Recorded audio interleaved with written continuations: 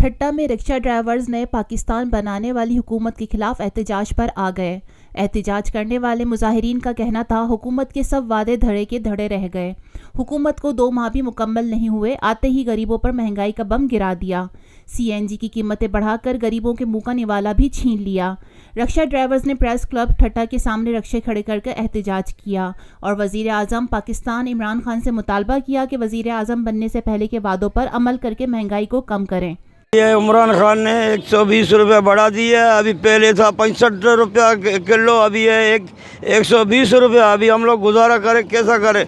हमारा रोज़गार ये, हम लोग गाड़ी खड़ा करते तो हमारे बच्चे भूख मरते हैं। जो हम लोग अभी जाने के लिए परेशान हैं। अगर 1 रुपया बढ़ाते तो ये लोग हम लोगों को लाठी चार्ज करते, मारते हैं, शीशे तोड़ते हैं। और हम लोग ने जितने भी परेशानी की है, अभी ये नवा पाकिस्तान बना रहे इमरान खान। ये नवा पाकिस्तान का यही दौर है जो गरीबों के लिए ये बहुत बोझ गिरा दिया। अभी क्या करे, कहाँ जावे?